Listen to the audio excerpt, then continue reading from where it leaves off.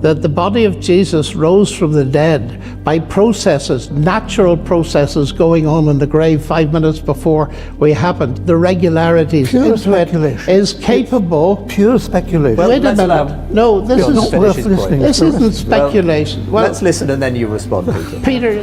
Let's go to what you called the core of your approach, which is the resurrection of Jesus. Never happened. I mean... Well, that's an assertion, Peter. What about some evidence? Well, what about some evidence that it did happen, other than people who are writing Gospels of 80 years later than the event that they purport to be talking about? No, of course it didn't happen. How could it happen? And science, I think, could even go so far as saying it simply could not happen. When you've got a dead body, it's decaying straight away. There's no way that it's going to reconstitute in some way. It's absurd. And I accept that it is the foundation of Christian faith. That doesn't mean to say that it's true. And so let's dismiss that as something that simply has no evidence whatsoever of any credible Before we nature. dismiss it, let's hear a response from John, because obviously this is an important issue. What counts as evidence and what are the assumptions and indeed, we make? I suppose you would argue that science cannot explain the resurrection. Well, I wouldn't quite argue that way. I would say that science cannot forbid a resurrection, because you see, science proceeds on discovering the regularities to which nature works and has done a very impressive job. And the fact that we know that dead bodies don't normally rise, that is a law of nature in that sense, means that we recognize something very special happened, if it did happen. Now, there are two issues here. The first of all, there's the in-principle one, which always ends up in talking about David Hume, who said that miracles are violations of the laws of nature.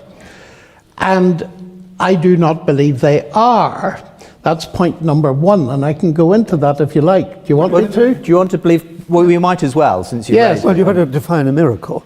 I think a miracle is defined as something that is against the laws of nature. But I don't define it like that at all. A miracle, miraculum in Latin simply means something to be wondered at, but we're talking about something supernatural. Now, it seems to be very clear that when Hume said miracles violate the laws of nature, he was really not understanding.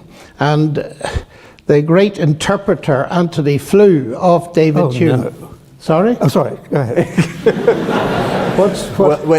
I think he was going to object to the raising of Anthony Flew. Oh, well, I'll not raise Anthony Let's Flew. get back to raising He Jesus, has died and hasn't risen. I do, I do see that point. But the point is this.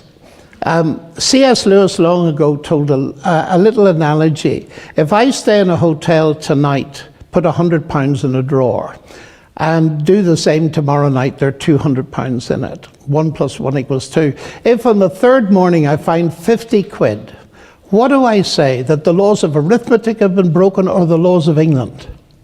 Clearly, I say the laws of England have been broken. How do I know? Because the laws of arithmetic have not been broken. It's our recognizing of what normally happens that helps us to see an exception. Now, if I were claiming that the body of Jesus rose from the dead by processes, natural processes going on in the grave 5 minutes before we happened, yes, that would be wrong. But I'm not claiming that. What Christians claim is that the God that created the universe and built the regularities into it is capable... Pure speculation. Well, wait a minute. No, this is not worth listening. This isn't speculation. Well, let's listen and then you respond, Peter. Peter, it's dead easy to say it's not worth listening to. You tempt me to say that about some of the things you say, but I'm not going to do that. Because it seems to me it's very important to listen to what Christianity claims before you judge it. And what is claimed is the God who creates the universe and sustains it is not subject to laws as if they were laws of a land. He set up the regularities and he can feed a new event into them. And the claim is, and with this I finish, that God raised Christ from the dead by an input of colossal power. Oh, Jesus. Well, you've got it, Peter, in one. No, I mean, this Well, is... that is the claim at the end of the day. But, I mean, this is... everyone knows here that's nonsense. What you're inventing is an agent who can do anything he likes. He or she likes, I suppose you have to say these days. And so it is the laziest way of accounting for observations, sometimes observations that were never actually made. Religious explanations which resort to God did it are intellectually lazy. I won't use a stronger term than that, but I do think that they are lazy because, I mean, what does it mean as an explanation? You lie there saying, oh, God did it, and everyone says, oh, I understand now. Religious explanations are easy to accept by the unthinking. Science is difficult to accept because it involves a lot of thought. You really have to tease out the processes by which an event occurs.